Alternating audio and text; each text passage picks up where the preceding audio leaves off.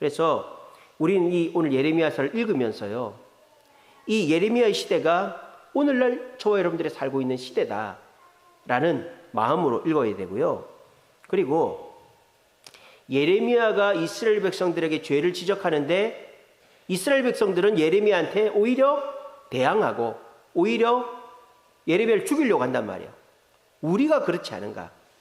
우리는 하나님이 내 가족이나 내 지인을 통해서, 목사를 통해서, 성도를 통해서 나를 정죄하거나 나를 죄를 지적할 때 나도 발끈하고 나도 분노하지 않는가? 우리 자신을 돌아봐야 된다는 거예요. 그리고 이 예레미야의 눈물의 호소가 누구의 호소가 되어야 되느냐? 저와 여러분들의 호소가 되어야 돼요. 이 시대를 바라보는, 이 시대의 이 아픔과 죄악을 지적하고 비판하는 사람은 있지만 눈물로 끌어안는 사람이 없는 거예요. 지금 보세요. 대통령이 썩었네, 국회의원이 썩었네, 대기업 회장이 썩었네, 교회가 썩었네, 목사가 썩었네. 그런 사람이 있어도 이 시대의 죄가 내 죄다, 내가 껴안아야 된다, 내가 잘못했다 라고 말하는 사람이 없어요. 목사들도 보면은 양쪽으로 갈라져 가지고 뭐 여당이 잘못했네, 야당이 잘못했네 그러고 앉아있지, 그거를 싸질머지고 회개하는 사람이 없어요. 이 시대가 예레미야의 시대라는 거예요. 그리고 이 예레미야의 모습이 누구의 모습이다? 바로 우리 예수님의 모습이다. 예수님 모습이다. 나중에 보시면 나옵니다만 이 이스라엘 백성들이요, 예레미야를 막 죽이려고 막 그러고 예레미야를 막 끄집어 내리려고 그러고 이래요. 근데 예수님은 한결같이 백성들 편에서 그렇게 있습니다. 그래서 제가 이제 이 예레미야서를 어떻게 여러분들하고 공부할까? 예레미야의 마음을 느끼게 해줘야 되겠다. 그리고 우리가 예레미야의 마음으로 이 시대를 바라보게 해야 되겠다 하는 생각이 들었어요. 그래서 그런 쪽에 포커스를 맞춰서 강의를 이제 2주 정도로 해서, 예레미야서가 52장이거든요. 길입니다만은 2번으로 나눠서 그렇게 한번 해볼까 합니다. 자, 예레미야는 결혼을 안 했어요. 왜 안 했느냐? 예레미야 16장에 보면요, 하나님이 결혼하지 말라 그랬어요. 다행입니다. 저는 하나님이 저한테 결혼하지 말라고는 안 했기 때문에 저는 결혼을 다 해봤지만은 예레미야는 결혼도 못 해보고 죽었어요. 얼마나 안타깝습니까? 그래서 예레미야는 결혼 못 했고요. 예레미야는 이제 제사장이었고 왕들 곁에 있었습니다. 자, 요시야 왕은 아주 훌륭한 왕이죠. 이스라엘에서 다윗보다 더 훌륭한 왕이 요시야 왕이죠. 요시야 왕이 어떤 왕입니까? 성전을 수리하다가 율법책을 발견해서 율법 낭독회를 하고 유월절을 지키고 아주 훌륭한 왕이죠. 근데 그 바로 누구와의 전투에서, 이집트 전투에서 전사하죠. 그래서 그 이후로 엘리야긴, 뭐 시드기야 이렇게 자기 아들들이 왕을 하다가 결국 나라가 망하죠. 요시야 왕 때는 예레미야하고 요시야 왕하고 친했어요. 왜? 요시야 왕이 아주 신실한 사람이니까. 근데 요시야 왕이 전쟁에서 죽고 그 이집트 왕이 세운 여호야김은요, 우상 숭배를 합니다. 나중에 보면 나옵니다만은 하나님의 두루마리를 불태워버려요. 이 경고를 무시하는 거죠. 그래서 관계가 안 좋습니다. 그리고 맨 마지막에 시드기야 왕이 있는데요, 이 시드기야 왕은 바벨론은 이제 못 믿겠다 해가지고 이집트 편을 듣는데 이 예레미야를 어떻게 하느냐? 예레미야가 계속 바벨론 포로로 가야 된다고 하잖아요. 그럼 시드기야하고 뜻이 다르잖아요. 근데 이 시드기야는 예레미야를 죽이지 않습니다. 예레미야를 보호해 줍니다. 이게 무슨 심리죠? 이해가 됩니까? 아니, 자기하고 뜻이 다른데 죽여야 되잖아요. 어떻게 예레미야를 살려주죠? 오히려 시드기야가요, 백성들이 예레미야를 죽이려고 하니까 이 시위대 뜰에서 보호를 해줘요. 여러분, 이게 무슨 이런 심리인 줄 아세요? 자신이 없는 거예요. 자신이. 알겠어요? 시드기야 왕은 자기가 자신이 없어. 자기가 바벨론을 버리고 이집트를 의지한다고 해도 이 나라가 지켜지고 자기 왕위가 지켜질 거라 자신이 없어요. 그러니까 어떻게 합니까? 예레미야, 자신이 있는 예레미야를 함부로 못하는 거예요. 마치 이런 겁니다. 여러분들 옛날에 이런 얘기 많이 들어봤을 거예요. 그 제가승이라고 있죠. 스님인데 결혼해서 자녀가 있는 스님들. 근데 제가 이제 옛날에 간증으로 여러 번 들었습니다. 아버지가 스님인데 자녀가 교회를 다녀요. 근데 그거를 아버지 스님이 알게 됐어요. 그럼 그 아버지 스님이 뭐라 해야 됩니까? 이놈의 자식, 예수가 어디 있어? 부처님을 믿고 극락에 가야지. 이렇게 해야 될 거 아니에요. 근데 이 스님들이 뭐라는 줄 압니까? 자기 자식들한테 교회 다니라고. 교회 다니라고. 제가 이런 간증을 몇 번 들었어요. 교회를 다니래. 왜? 나는 이미 베린 몸. 나는 이미 베린 몸이니까 너라도 천국 가라고. 그게 무슨 말이에요? 스님들도 자기에 대한 신앙과 믿음이 확실치가 않은 거예요. 그러니까 스님들 중에 깨닫고 극락 왕생한 분이 있을까요? 성철 스님도 난 지옥 간다 그러고 갔는데. 그러니까 이 시드기야 왕이 그런 마인드다 이 말이에요. 자기가 뭔가를 생각을 하고 있는데 그게 확신이 없는 거야. 그러니까 이 시드기야 왕은 어떻게 합니까? 확신이 있는 이 예레미야를 보호해 주는 거예요. 이런 거 성경에 많이 나옵니다. 제가 지난 주일날 설교했던 느부갓네살 왕과 다니엘 얘기도 그렇잖아요. 다니엘이 뭐라고 예언했죠? 당신 나라가 망한다 그랬잖아요. 하나님의 큰 돌이 와서 당신 신상을 무너뜨리고 하나님이 영원한 나라가 세워준다 그랬잖아요. 그러면 느부갓네살이 어떻게 돼요? 이 다니엘을 죽여버려야죠. 근데 우리 다니엘을 총리를 세우잖아요. 이게 뭐예요? 느부갓네살은 이 확신 있게 얘기하는 다니엘을 무시를 못하는 거예요. 또 여러분 바울이 잡혔을 때 이 재판을 합니다. 그때 벨릭스라는 총독이 있어요. 베스도 후임인 벨릭스. 벨릭스가 선임인가 후임인가 확실치는 않은데 어쨌든 그 총독 하나가 벨릭스 같아요. 바울 신문을 하는데 바울이 워낙 확신 있게 얘기하니까 뭐랍니까? 너 나 좀 자주 보자 이러는 거예요. 물론 돈을 받을 마음으로도 그런 게 있지만 자꾸 만나자는 거예요. 왜? 확신이 있으니까. 그러니까요. 여러분 이 시대에 살아남는 사람은 누굴까요? 권력이 있고 돈 있는 사람이 아니라 확신이 있는 믿음이 있는 사람입니다. 아시겠습니까? 그러니까 저와 여러분들 같은 사람이 이 시대에 살아남는 사람이라는 거예요. 예레미야는 확신이 있었습니다. 왜? 하나님께서 이스라엘을 망한다 그랬고 70년 갔다 오면 회복된다고 했으니까 예레미야는 그거를 철떡같이 믿었어요. 그리고 그거를 확신 있게 얘기하니까 백성들이 죽이려고 그래도 죽이지를 못하고 어쩔 줄 모르는 거예요.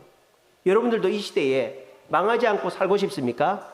그럼 말씀을 붙잡으십시오. 그리고 한 발짝도 물러서지 말고 그 말씀대로 순종하십시오. 그러면 여러분들을 잡아 죽이려고 하는 그 사람들이 두려워서 물러가게 되는 역사가 있게 될 줄로 믿으시길 바랍니다. 저 뒤에 보세요. 시드기야 왕이 자기하고 뜻이 다른 예레미야를 보호해 주잖아요. 그래서 서기관 요단한 집의 토굴에 시드기야가 피신시켜 주죠. 또 왕자 말기야의 구덩이에 또 피신시켜 주죠. 함락 직전까지 시위대가 뭡니까? 그 경호대 아닙니까? 왕의 경호. 왕궁 경호대 뜰에 보호를 받았어요. 예레미야는. 그러니까 이것이 확신이 있는 자는 망하지 않는다. 죽지 않는다라는 것입니다. 근데 이 예레미야는 어떻게 합니까? 이 느부갓네살 왕이 이제 3차 포로로 이제 끌고 가고 나라를 예루살렘을 함락시켜버리고 예레미야를 풀어주죠. 왜 풀어줍니까? 예레미야는 바빌론으로 이제 포로로 끌려가야 된다고 주장했으니까 느부갓네살이 풀어줬어요. 그러면 이 예레미야는 잘 먹고 잘 살아야 되잖아요. 근데 어떻게 됐을까요? 끝까지 우리는 포로로 가야 된다고 그러는 거예요. 근데 그때 예루살렘에 남아있던 사람들이 반란을 일으킨 거예요. 그리고 느부갓네살 왕이 세운 총독을 죽여버리고 사람들과 도망을 칩니다. 이집트로. 도망을 치는데 저들끼리 가면 될 텐데 아까 말했죠. 확신 있는 사람을 데려가고 싶은 거예요. 예레미야는 우리의 살 길을 가르쳐 줄 것 같은 거예요. 근데 예레미야는 끝까지 뭐라 그래요? 이집트 가지 마라. 바빌론 포로로 가야 된다. 그런데도 예레미야를 데리고 이집트로 도망을 칩니다. 그리고 이제 전설에 따르면 이집트에서도 바벨론 포로로 가야 된다고 얘기하다가 결국 돌에 맞아 죽었다. 그렇게 전해집니다. 그래서 이 예레미야의 모습은 참 뭐랄까요? 상반된 모습이에요. 핍박을 받고 고난을 당하면서도 보호를 받고 강하고 승리하는 여러분 이 모습이 딱 누구의 모습입니까? 우리 예수님의 모습이죠. 예수님의 모습이죠. 예수님은 연한 순 같고 부러진 꺼져가는 심지 같고 이렇지 않습니까? 근데도 예수님을 함부로 할 수가 없죠. 심지어는 사탄 마귀도 예수님을 십자가에서 죽일 수가 없었죠. 부활하셨으니까요. 그리고 부활 승천하셔서 승리자로 쓰신 거예요. 이게 뭐예요? 예레미야와 예수님은 연결되어 있다. 예수님의 예표가 예레미야다라는 거예요. 그래서 모세보다도 다윗보다도 더 예수님을 잘 예표하고 있는 것이 예레미야다. 왜? 눈물을 흘리고 고난을 당하지만 꺾이지 않고 승리자로 쓰시는 그 모습이 예수님과 예레미야가 닮은 모습이다라는 것을 우리가 알 수 있어요. 자, 예레미야서는요, 심판으로 새롭게 하시는 하나님이다라는 거예요. 심판은 저주가 아닙니다. 심판은 뭡니까? 그 심판의 기간이 끝나면 회복이 예정되어 있는 게 심판이죠. 저주는 뭐예요? 저주는 그냥 끝나는 거죠. 근데 하나님은 이스라엘 백성들에게 한 번도 저주로 끝나버린 적이 없어요. 너희들이 하나님 벌을 받지만 회개하면 돌아온다. 그래서 우리도 마찬가지예요. 우리도 하나님 앞에 죄짓고 하나님이 우리를 벌하실 때에 그거를 힘들어한다든지 하나님한테 원망하면 안 돼요. 부모하고 자식지간이 이런 공감이나 부모 자식지간이 잘 돼 있는 애들은요, 부모가 때리면 때릴수록 더 부모의 품으로 파고들죠. 왜? 엄마가 자기를 미워할까봐. 내가 잘못했다고 엄마가 미워할까봐 때리면 때릴수록 엄마 미안해 하고 잘못했어야 하고 품으로 더 파고들지 도망치고 그러지 않습니다. 물론 저는 옛날에 도망을 쳤습니다만 부모랑 사이가 안 좋았기 때문에 저는 아버지가 야단칠 것 같으면 무조건 도망을 쳤어요. 근데 우리 집 애들은 안 그렇습니다. 우리 집 애들은요, 야단을 치잖아요. 그러면은 사실 저나 저희 집 사람은 애들이 꼴보기가 싫어. 야단을 쳤으니까 그 이놈이 어딜 좀 갔으면 좋겠는데 계속 문을 빼끔 열고 미안해요, 잘못했어요 이러고 앉아 있는 거예요. 꼴보기도 싫은데 그럼 어떻게 해요? 괜찮아 이러고 넘어가. 그러니까 괜찮아 그 말을 들을 때까지 애가 안 가는 거예요. 그게 뭐예요? 부모 자식 지간이 관계가 잘 돼 있다 이 말이에요. 하나님과 우리 사이가 그렇게 된단 말이에요. 하나님 여러분들 잘못한 거를 들통을 나가지고 이제 야단치겠다 싶어서 도망 다녀봐. 어디를 도망을 친단 말이에요.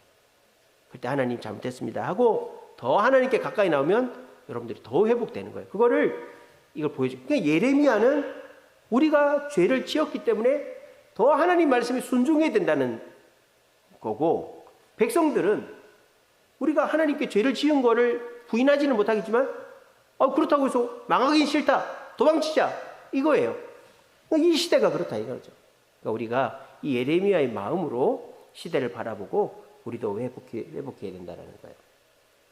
자, 예레미야서의 주제 선구입니다. 1장 10절 같이 읽습니다. 시작. 보라, 내가 오늘 너를 여러 나라와 여러 왕국 위에 세워 내가 그것들을 뽑고 파괴하여 파멸하고 넘어뜨리며 건설하고 심게 하였느니라 하시니라. 아멘. 자, 예레미야서의 핵심은 심판이 아닙니다. 회복입니다. 회복. 새롭게 하는 것입니다. 그래서 제가 예레미야서의 주제 선구를 1장 10절로 잡은 것입니다. 자, 하나님은 심판을 공평하게 하십니다. 똑같이 거짓말하면 하나님의 백성도 심판하시고 이방인들도 심판하십니다. 근데 중요한 건 뭐예요? 하나님의 백성은 심판 이후에 회복이 있지만 이방인이나 열국은 회복이 없어요. 우리 그거 이사야서에서 봤잖아요. 여러분 이사야서에서 봤잖아요. 바벨론, 애국, 아수르, 두로, 시돈, 블레셋 다 보면은 심판만 있고 회복은 없죠. 근데 이스라엘은 회복시키신다 그래요. 그게 차이다 말이에요. 그러니까 여러분들이 하나님 앞에 벌 받는 거를 두려워하지 말아요. 그 벌 받는 것은 우리의 회복을 전제하는 거예요. 그러니까 벌 받는 것은 하나님이 이 벌 이후에 나를 회복시키실 거야. 그렇게 생각하면 되는 거예요. 그래서 저 1장 10절이 나오듯이 하나님께서 우리를 벌 주시는 것은 우리를 깨끗하게 해서 다른 나라 위에 세우시려고 하는 것이다. 그래서 우리가 뭔가가 죄가 있고 문제가 있을 때 하나님 피해 다니지 말고 하나님의 뜻 가운데 순종하는 것이 우리에게 복이다 라는 것을 기억하시기 바랍니다. 목적은 심판과 새 언약의 선포다. 심판이 있지만 심판으로 끝나는 건 이방인, 열국에 대한 것이고 새 언약을 선포하는 것이 예레미야. 나중에 보면 다 나옵니다. 특징은요, 시각적인 방법을 씁니다. 이게 뭐냐면 12가지 환상이 나와요. 12가지 환상.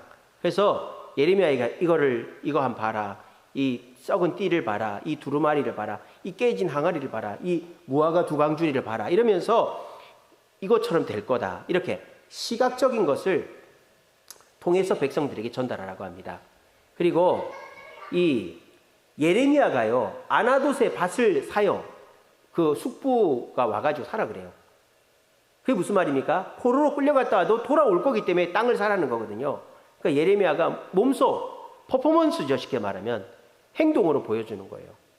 그렇게 해서 백성들에게 포로로 끌려가는 거를 끝이라고 생각하지 말고 돌아오니까 그를 염두하라 이렇게 하는 거예요. 그래서 예레미야서의 구조가 뭐 딱 정해져 있지는 않지만 하나님의 말씀을 전하시는데 그 말씀이 너무 힘들어. 막 너희들 이제 망한다. 너희들 이런 죄를 지었지. 너희들이 해서 죽을 거야. 그러니까 예레미야가 눈물로 호소합니다. 하나님 용서해 주세요. 하나님 살려주세요. 우리를 용서해 주세요. 그렇게 합니다. 그런데 하나님이 이스라엘 백성들을 죽인다고 그러고 예레미야는 살려달라고 하는데 그 옆에 있는 백성들은 뭐라고 그래야 돼요? 하나님 우리 예레미야 기도대로 우리를 살려주세요 해야 될 거 아니에요. 근데 이 백성들은 오히려 예레미야를 죽이려고 하는 거예요. 예레미야만 죽으면 하나님 뜻 없어지고 우리 마음대로 할 수 있다. 이게 계속 반복됩니다. 하나님은 심판한다고 말씀하시고 예레미야는 눈물로 호소하고 백성들은 하나님을 무시하고 예레미야를 죽이려고 하고 이 구조가 계속 반복된다는 것을 좀 이따 보시면 알게 될 겁니다. 그래서 이 예레미야서는 심판은 확정됐다. 이사야서는 심판은 아직 확정이 되지 않았지만 2세대인 예레미야부터는 심판이 확정이 되어버렸어. 취소가 안 돼요. 하지만 그 심판은 망하는 심판이 아니라 회복의 심판이다 라는 걸 기억해라 하는 것입니다. 자, 예레미야서는 총 52장으로 되어 있다 그랬죠. 1장은 예레미야가 하나님께 부름받는 너 백성들한테 심판받는다고 얘기해라 하는 거고요.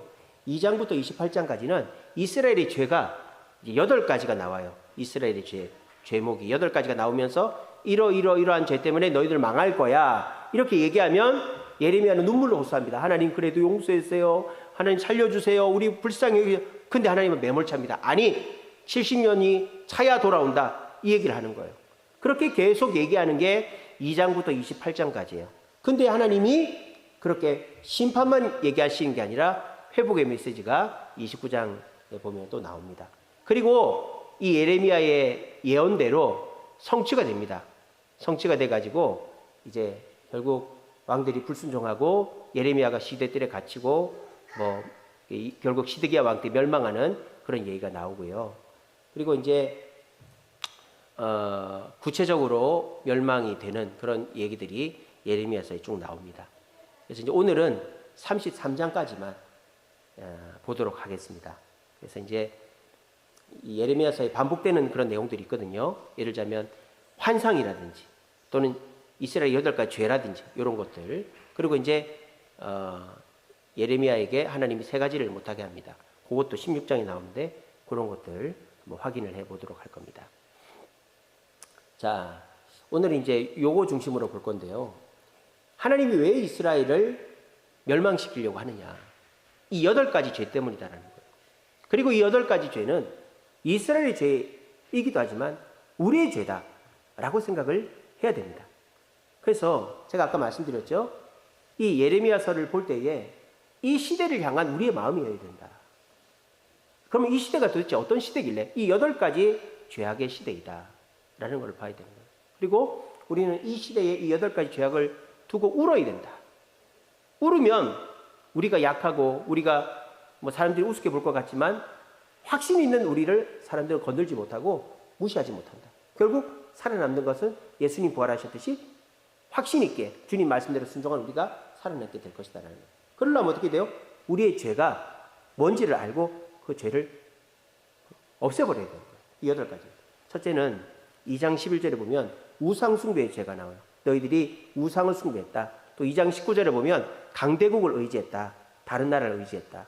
그리고 3장 2절에 보면 음행의 죄가 3장에 쭉 계속 나옵니다. 그리고 너희들이 나의 앞에서 거짓말을 했다. 그리고 5장에 가면 지도자들, 왕과 지도자들이 타락했고 또 7장 8절에 보면은 거짓 선지자의 말을 의존했다. 바빌론으로 가야 된다는 예레미야의 말은 안 듣고 그냥 하나니아나 뭐 스마야나 이런 선지자들 말만 듣고 이집트하고 편먹으면 된다. 우리 이긴다. 뭐 그렇게 얘기하는 거예요. 그리고 우상 숭배를 통해서 하나님과의 언약을 깨뜨렸고 그래서 너희들의 죄를 금강석, 다이아몬드로 새겨놔야 되겠다. 그렇게 8가지의 죄악이 나옵니다. 이것이 우리 이 시대의 죄악이다. 이 시대도 돈을, 쾌락을, 나를 우상으로 섬기고 있고요. 하나님보다 사람을 의지하고 있고요.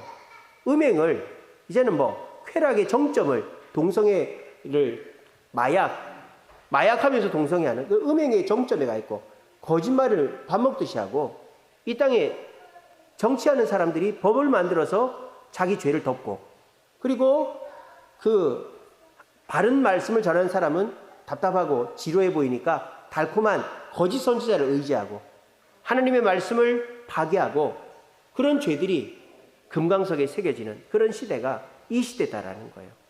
그러니까 우리가 이 이스라엘 8가지 죄악을 보시면서 우리가 이런 시대에 살고 있고 이런 시대를 정죄하고 탓하지 말고 예레미야처럼 이 시대를 위하여 우리가 울어야 된다는 거예요. 그러면 사람들이 우습게 보는 게 아니라 오히려 사람들은 우리를 두려워하고 존경하게 되고 결국 살아남는 사람은 예레미야 예수님이 살아남으셨듯이 우리가 살아남게 된다 하는 것을 기억하시면 됩니다. 자, 그럼 우리 예레미야서를 읽어보도록 하겠습니다. 자, 구약성경 1050페이지 펴보세요.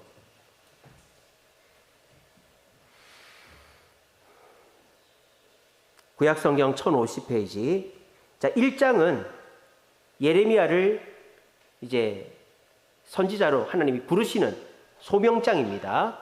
이사야 6장이 이사야 소명장이듯이 또 하나님이 출애굽기에서 모세를 부르시듯이 예레미야 1장은 하나님이 예레미야를 부르시는 장면입니다. 예레미야를 부르시는 장면 한번 읽어보겠습니다. 방송실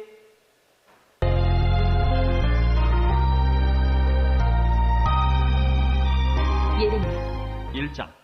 베냐민 땅 아나도세 제사장들 중 힐기야의 아들 예레미야의 조금 말이라. 크게 해주세요. 요시아가 다스린 지 13년에 여호와의 말씀이 예레미야에게 임하였고 요시아의 아들 유다의 왕 여호야김 시대부터 요시아의 아들 유다의 왕 시드기야의 11년 말까지 곧 5월에 예루살렘이 사로잡혀 가기까지 임하니라. 여호와의 말씀이 내게 임하니라. 이르시되 내가 너를 모태에 짓기 전에 너를 알았고 내가 배에서 나오기 전에 너를 성별하였고 너를 여러 나라의 선지자로 세우느라 하시기로 내가 이르되 슬프도소이다 주 여호와여 보소서 나는 아이라 말할 줄을 알지 못하나이다 하니 여호와께서 내게 이르시되 너는 아이라 말하지 말고 내가 너를 누구에게 보내든지 너는 가며 내가 내게 무엇을 명령하든지 너는 말할지니라. 너는 그들 때문에 두려워하지 말라. 내가 너와 함께하여 너를 구원하리라. 나 여호와의 말이니라 하시고 여호와께서 그의 손을 내밀어 내 입에 대시며 여호와께서 내게 이르시되 보라 내가 내 말을 내 입에 두었노라. 보라 내가 오늘 너를 여러 나라와 여러 왕국에 세워 내가 그것들을 뽑고 파괴하며 파멸하고 넘어뜨리며 건설하고 심게 하였느니라 하시니라. 여호와의 말씀이 또 내게 임하니라. 이르시되 예레미야야 내가 무엇을 보느냐 하시매 내가 대답하되 내가 살구나무 가지를 보나이다. 여호와께서 내게 이르시되 내가 잘 보았도다. 이는 내가 내 말을 지켜 그대로 이루려 하니라 하시니라.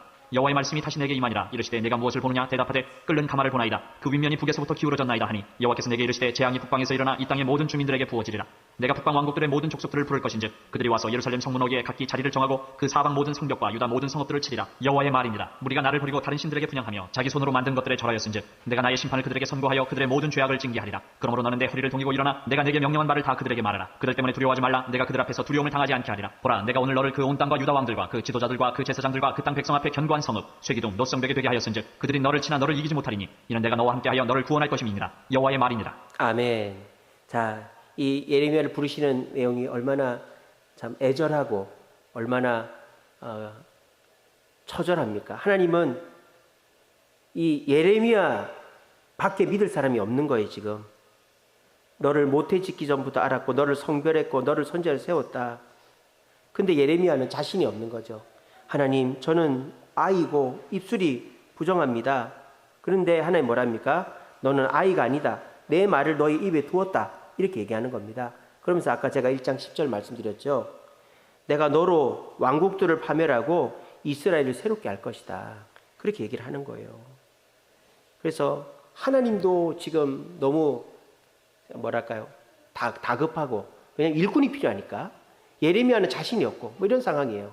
근데 이 예레미야가 하나님께 헌신하면서 이제 역사가 일어나는 거예요. 우리도 마찬가지입니다.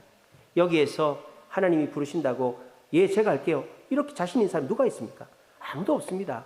하지만 하나님이 우리에게 말씀하십니다. 내가 너를 창세전부터 구별해놨고 내가 너를 교회의 장로로 권사로 집사로 세웠다. 내가 너의 입에 말을 주고 내가 너에게 힘을 주겠다. 두려워하지 마라.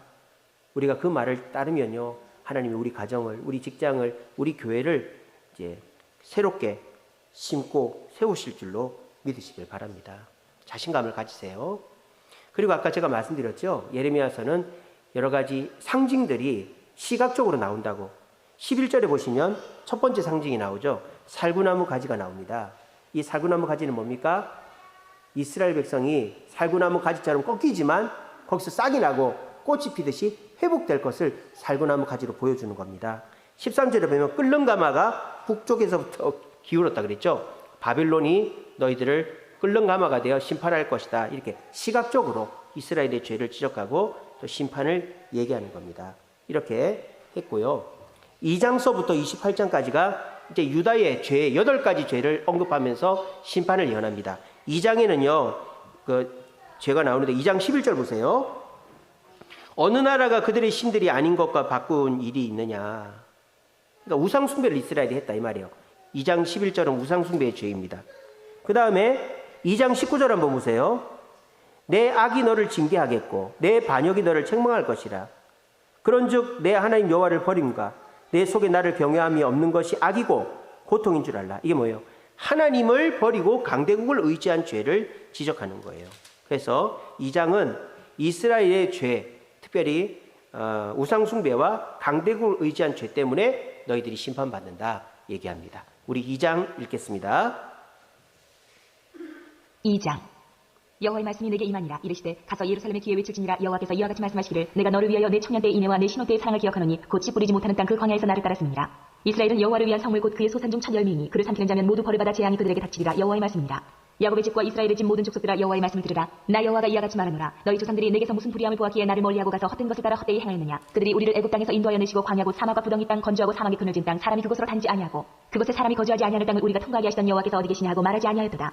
내가 너희를 기름진 땅에 인도하여 그것의 열매와 그것의 아름다운 것을 먹게 하였거늘 너희가 이리로 들어와서는 내 땅을 더럽히고 내 기업을 역겨운 것으로 만들었으며 제사장들은 여호와께서 어디 계시냐 말하지 아니하였으며 율법을 다루는 자들은 나를 알지 못하며 관리들도 나에게 반역하며 선지자들은 바알의 이름으로 예언하고 무익한 것들을 따르느니라. 그러므로 내가 다시 싸우고 너희 자손들과도 싸우리라. 여호와의 말씀이다. 너희는 기띔 섬들을 건너가 보며 게달에도 사람을 보내 이 같은 일이 있었는지를 자세히 살펴보라. 어느 나라가 그들의 신들을 신앙인 것과 바꾼 일이 있느냐. 그러나 나의 백성은 그의 영광을 무익한 것과 바꾸었도다. 너 하늘아 이 일로 말미암아 놀랄지어다. 심히 떨지어다. 두려워할지어다. 여호와의 말씀이다.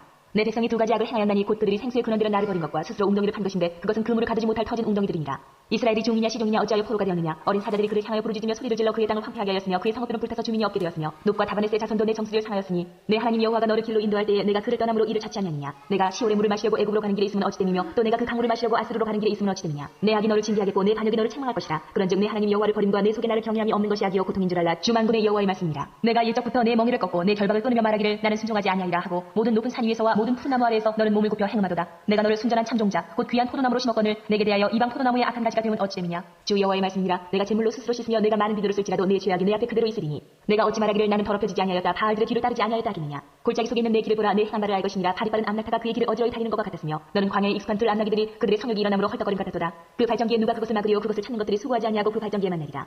내가 또 말하기를 내 발을 제어하여 벗은 발이 되게 하지 말며 목을 가라게 하지 말라 하였으나 오직 너는 말하기를 아니라 이는 헛된 말이라. 내가 이방 신들을 사랑하였은즉 그를 따라 가겠노라 하도다. 도둑이 붙들리면 수치를 당함같이 이스라엘 집 곧 그들의 왕들과 지도자들과 제사장들과 선지자들이 수치를 당하였느니라. 그들이 나무를 향하여 너는 나의 아버지라 하며 돌을 향하여 너는 나를 낳았다 하고 그들의 등을 내게로 돌리고 그들의 얼굴은 내게로 향하지 아니하다가 그들이 환난을 당할 때에는 이르기를 일어나 우리를 구원하소서 하리라. 너를 위하여 내가 만든 내 신들이 어디 있느냐. 그들이 내가 환난을 당할 때에 구원할 수 있으면 일어날 것입니다. 유다여 너희 신들이 너희 성읍수와 같도다. 너희가 나에게 대항하면 어찌 됨이냐. 너희가 다 내게 잘못하였느니라. 여호와의 말씀이라. 내가 너희 자녀들을 때린 것이 무익함은 그들이 징계를 받아들이지 아니하니라. 너희 칼이 사나운 사자같이 너희 선지자들을 삼켰느니라. 너희 이 세대여 여호와의 말을 들어보라. 내가 이스라엘에게 광야가 되었었느냐. 캄캄한 땅이 되었었느냐. 무슨 이유로 내 백성이 말하기를 우리는 노였으니 다시 죽게로 가지 아니하겠다 하느냐. 처녀가 어찌 그의 폐물을 잊겠느냐. 신부가 어찌 그의 예복을 잊겠느냐. 오직 내 백성은 나를 잊었나니 그 날수는 셀 수 없거늘. 내가 어찌 사랑을 얻으려고 내 행위를 아름답게 꾸미느냐. 그러므로 내 행위를 악한 여자들에게까지 가르쳤으며 또 내 옷단에는 죄 없는 가난한 자를 죽인 피가 묻었나니 그들이 담구멍을 뚫었기 때문이 아니라 오직 이 모든 일 때문이니라. 그러나 너는 말하기를 나는 무지하니 그의 진노가 참으로 내게서 떠났다 하거니와 보라 내 말이 나는 죄를 범하지 아니하였다 하였으므로 내가 너를 심판하리라. 내가 어찌하여 내 길을 바꾸어 부지런히 돌아다니느냐. 내가 아수르로 말미암아 수치를 당함같이 또한 애굽으로 말미암아 수치를 당할 것이라. 내가 두 손으로 내 머리를 싸고 거기서도 나다리니 이는 내가 의지하는 자들을 나 여호와가 버렸으므로 내가 그들로 말미암아 형통하지 못할 것입니다. 아멘. 자, 여러분들이 쭉 읽어보시면서 느껴지시는 것은 하나님께서 이스라엘의 죄를 조목조목 다 열거하고 계심이 느껴지시죠? 근데 백성들의 반응을 한번 봅시다. 35절 보세요. 2장 35절. 그러나 너는 말하기를 나는 무죄하니 그의 진노가 참으로 내게서 떠났다 하거니와 보라 내가 말이 나는 죄를 범하지 아니하였다 하였으므로 내가 너를 심판한다. 백성들은 이렇게 하나님이 다 보여주고 들려주는데도 우리가 무슨 죄를 지었대요? 뻔뻔하다 이 말이에요. 이거에 대해서 지적하고 있는 것을 우리는 들어야 된다라는 거예요. 자, 이제 계속 보면 이스라엘의 죄를 열거합니다. 제가 이제 요 뒤에 거는 이제 간단히 성경으로 확인만 시켜드리고 넘어갑니다. 3장 2절 보세요. 3장 2절 음행의 죄를 지적합니다. 내 눈을 들어 헐벗은 산을 보라. 네가 행음하지 아니한 곳이 어디 있느냐? 네가 길가에 앉아 사람들을 기다린 것이 광야에 있는 아라바 사람들 같아서 음란과 행악으로 이 땅을 더럽혔다. 음행의 죄를 3장 2절에서 지적하고 있죠. 자, 그 다음에 3장 20절 거짓말의 죄입니다. 3장 20절입니다. 그런데 이스라엘 족속아 마치 아내가 그의 남편을 속이고 떠남같이 너희가 확실히 나를 속였느니라. 여호와의 말씀이니라. 하나님 앞에 거짓말을 하고 있는 것입니다. 자, 그리고 이렇게 하나님 앞에서 우상 숭배의 죄, 강대국을 의지한 죄, 음행의 죄, 거짓말의 죄를 지었단 말이에요. 그러니까 예레미야는 이제 눈물로 탄식하는 거예요. 4장 19절 보세요. 4장 19절입니다. 예레미야는 백성들을 죽여달라, 백성들이 죄인이다 하지 않고 그 죄를 끌어안습니다. 자, 4장 19절 슬프고 아프다 내 마음속이 아프고 내 마음이 답답하여 잠잠할 수 없으니 이는 나의 심령이 나팔 소리와 전쟁의 경보를 들었음이로다. 이게 우리의 마음이 되어야 된다. 이 나라와 이 시대의 죄악을 남 탓을 하지 말고 대통령 탓을 하지 말고 국회의원 탓을 하지 말고 내 탓이다라고 하는 사람이 있어야 이 시대에 희망이 있다라는 것입니다. 자, 그런데 안타깝게도 그 시대에도 그렇고 이 시대에도 그렇고 지도자들은 타락했습니다. 5장 5절 보세요. 5장 5절입니다. 내가 지도자들에게 가서 그들에게 말하리라. 그들은 여호와의 길 자기 하나님의 법을 안다 하였더니 그들도 일제히 멍에를 꺾고 결박을 끊는지라. 이게 뭐예요? 하나님의 심판을 거부한다 이 말이에요. 멍에를 끊고 심판을 거부한다 이 말이에요. 그래서 하나님은 어떻게 하신다? 6장 6절 보세요. 6장 6절입니다. 만군의 여호와께서 이와 같이 말하노라. 너희는 나무를 베어 예루살렘에 향하는 목책을 만들라. 이는 벌받을 성이라. 그 중에 오직 허악한 것뿐이다. 지도자들이 하나님의 벌을 거부하니까 너희들은 벌받을 것밖에 남아있지 않다. 이렇게 지도자들의 타락을 5번째로 얘기했고요. 그리고 6번째 죄악은 거짓 선지자를 의지하는 것입니다. 7장 8절 보세요. 하나님의 선지자가 아니라 거짓 선지자, 듣기 좋은 말만 하는 선지자를 의지하는 이스라엘 백성들. 7장 8절입니다. 보라, 너희가 무익한 거짓말을 의존하는도다. 너희가 도둑질하며 살인하며 간음하며 거짓 맹세하며 바알에게 분향하며 너희가 알지 못하는 다른 신들을 따르면서 내 이름을 일컫는 바는 이 집에 들어와서 내 앞에 서서 말하기를 우리가 구원을 얻었나이다 하느냐. 이는 이 모든 가증한 일을 행하려 함이로다. 거짓 선지자를 따르는 이스라엘의 죄를 7장에서 지적하고 있습니다. 그 결과가 뭐냐? 8장 13절입니다. 8장 13절. 8장 13절 보세요. 여호와의 말씀이니라. 네가 그들을 진멸하니 내가 나죠 하나님. 내가 그들을 진멸하리니 포도나무에 포도가 없을 것이며 무화과 나무에 무화과가 없을 것이며 그 잎사귀가 마를 것이라. 내가 그들에게 준 것이 없어지리라. 자, 하나님은 심판하실 걸. 자, 이렇게 심판의 메시지를 들으면 예 하나님 저놈들 잘못했죠. 심판해 주세요. 때려 주세요. 욕해 주세요. 하는 게 아니라 눈물을 흘려야 된다. 예레미야의 눈물이 나옵니다. 18절입니다. 슬프다 나의 근심이여 어떻게 위로를 받을까 내 마음이 병들었다. 이게 예레미야의 마음이 우리의 마음이 되어야 되고 예수님의 마음이다라는 거예요. 이 예레미야의 슬픔의 마음이 정말 아주 시적으로 표현되어 있는 게 예레미야 9장이에요. 어찌하면 내 눈이 눈물 근원이 될 거. 이거 여러분 유명하지 않습니까? 9장 1절에 나오죠. 자, 우리 9장 1절에서 시대를 향한 백성의 죄를 향한 예레미야의 눈물의 그 심정을 한번 느껴보도록 하겠습니다. 예레미야 9장 읽겠습니다. 9장 어찌하면 내 머리는 물이 되고 내 눈은 눈물 근원이 되고 죽임을 당한 딸 내 백성을 위하여 주야로 울리로다. 내가 광야에서 나그네가 머무를 곳을 얻는다면 내 백성을 떠나가리니 그들은 다 가늠하는 자요 반역한 자의 무리가 되미로다. 여호와의 말씀이니라. 그들이 활을 당긴 같이 그들의 혀를 놀려 거짓을 말하며 그들이 이 땅에서 강성하나 진실하지 아니하고 악에서 악으로 진행하며 또 나를 알지 못하느니라. 너희는 각기 이웃을 조심하며 어떤 형제든지 믿지 말라. 형제마다 완전히 속이며 이웃마다 다니며 비방함이라. 그들은 각기 이웃을 속이며 진실을 말하지 아니하며 그들의 혀로 거짓말하기를 가르치며 악을 행하기에 지치거늘 내가 사는 것이 속이는 일 가운데 있도다. 그들은 속이는 일로 말미암아 나를 알기를 싫어하느니라. 여호와의 말씀이니라. 그러므로 만군의 여호와께서 이와 같이 말씀하시되 보라 내가 내 딸 백성을 어떻게 처치할꼬 그들을 녹이고 연단하리라. 그들의 혀는 죽이는 화살이라 거짓을 말하며 입으로는 그 이웃에게 평화를 말하나 마음으로는 해를 꾸미는도다. 내가 이 일들로 말미암아 그들에게 벌하지 아니하겠으며 내 마음이 이런 나라에 보복하지 않겠느냐. 여호와의 말씀이니라.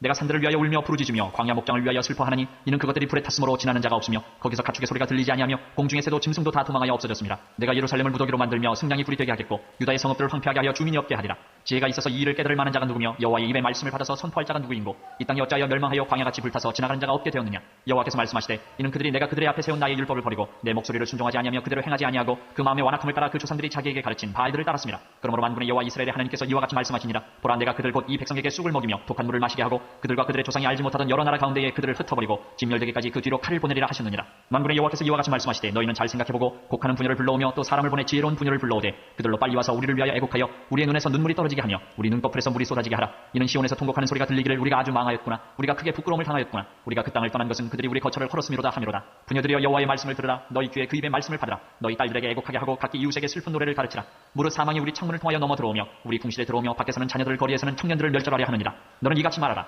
여호와의 말씀에 사람의 시체가 분토같이 들에 떨어질 것이며 추수하는 자의 뒤에 버려져 거두지 못한 곡식단같이 되리라 하셨느니라. 여호와께서 이와 같이 말씀하시되 지혜로운 자는 그의 지혜를 자랑하지 말라. 용사는 그의 용명을 자랑하지 말라. 부자는 그의 부함을 자랑하지 말라. 자랑하는 자는 이것으로 자랑할지니 곧 명철하여 나를 아는 것과 나 여호와는 사랑과 정의와 공의를 땅에 행하는 자인 줄 깨닫는 것이라.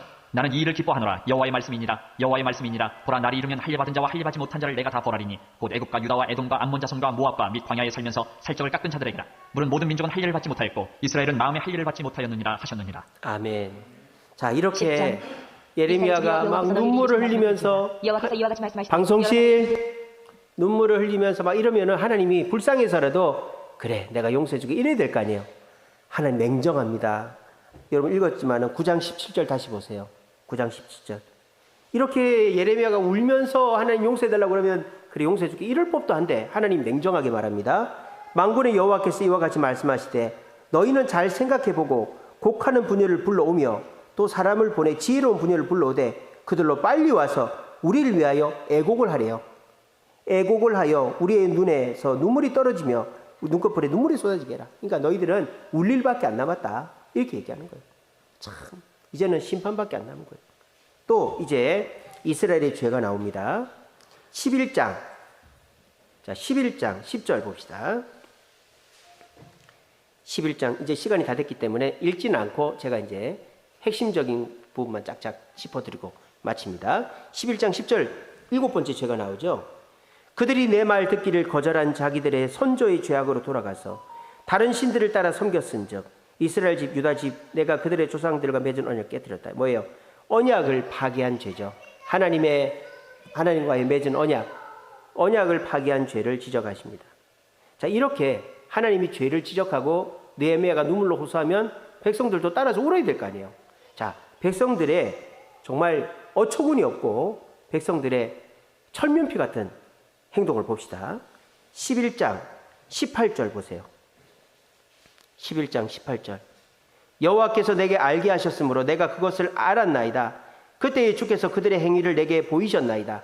자, 그들의 행위 이렇게 얘기했는데 백성들은 어떤 행동을 하는지 봅시다. 나를 끌려서 도살당하러 가는 순한 어린 양과 같으므로 그들이 나를 해하려고 꾀하기를 우리가 그 나무와 열매를 함께 박멸하자.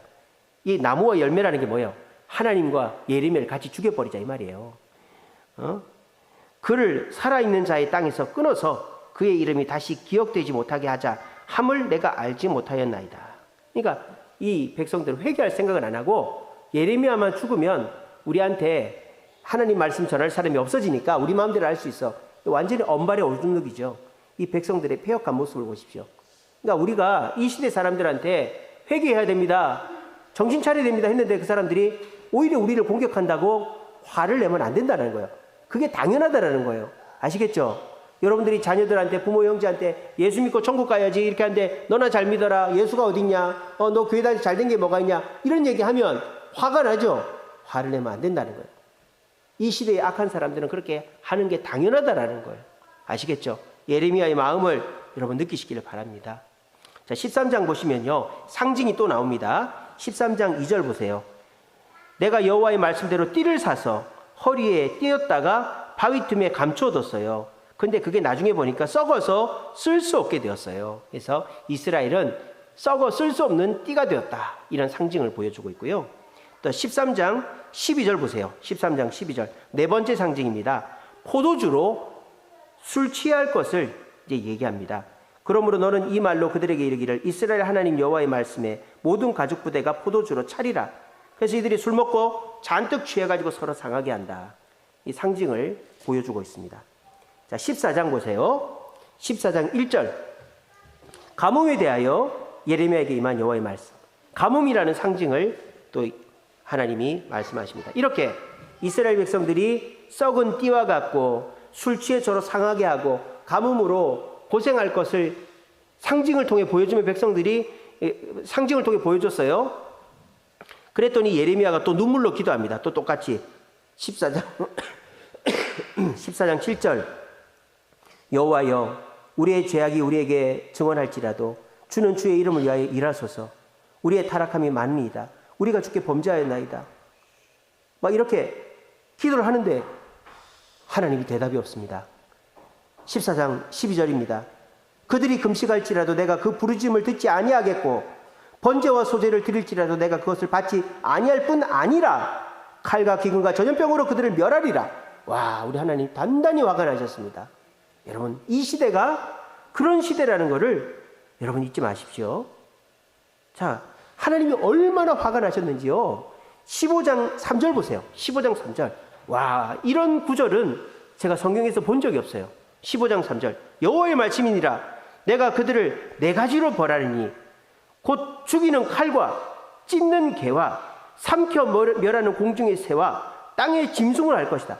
하나님이 이스라엘을 이렇게나 네 가지 방법으로 집요하게 죽이고 심판하겠다고 말씀하시는 거예요. 그랬더니 예레미야가 깜짝 놀라면서 또 웁니다. 예레미야 웁니다. 또 15장 10절 보세요. 내게 재앙이로다. 이스라엘에게 재앙이 내린다는데 자기 재앙이래. 예레미야는 내게 재앙이로다. 나의 어머니여, 어머니께서 나를 온 세계에 다투는 자와 싸우는 자를 만날 자로 낳았도다. 엄마를 원망하는 거예요. 엄마를.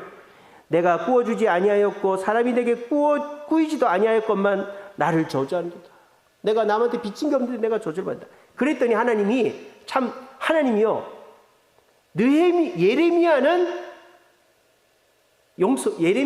이게 벌을 안 합니다. 15장 20절 보세요. 15장 20절.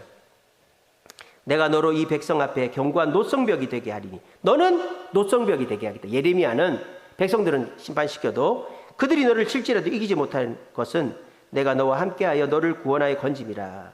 그래서 백성들은 내가 심판해도 너는 보호할 것이다. 그렇게 하는 얘기하는 거예요.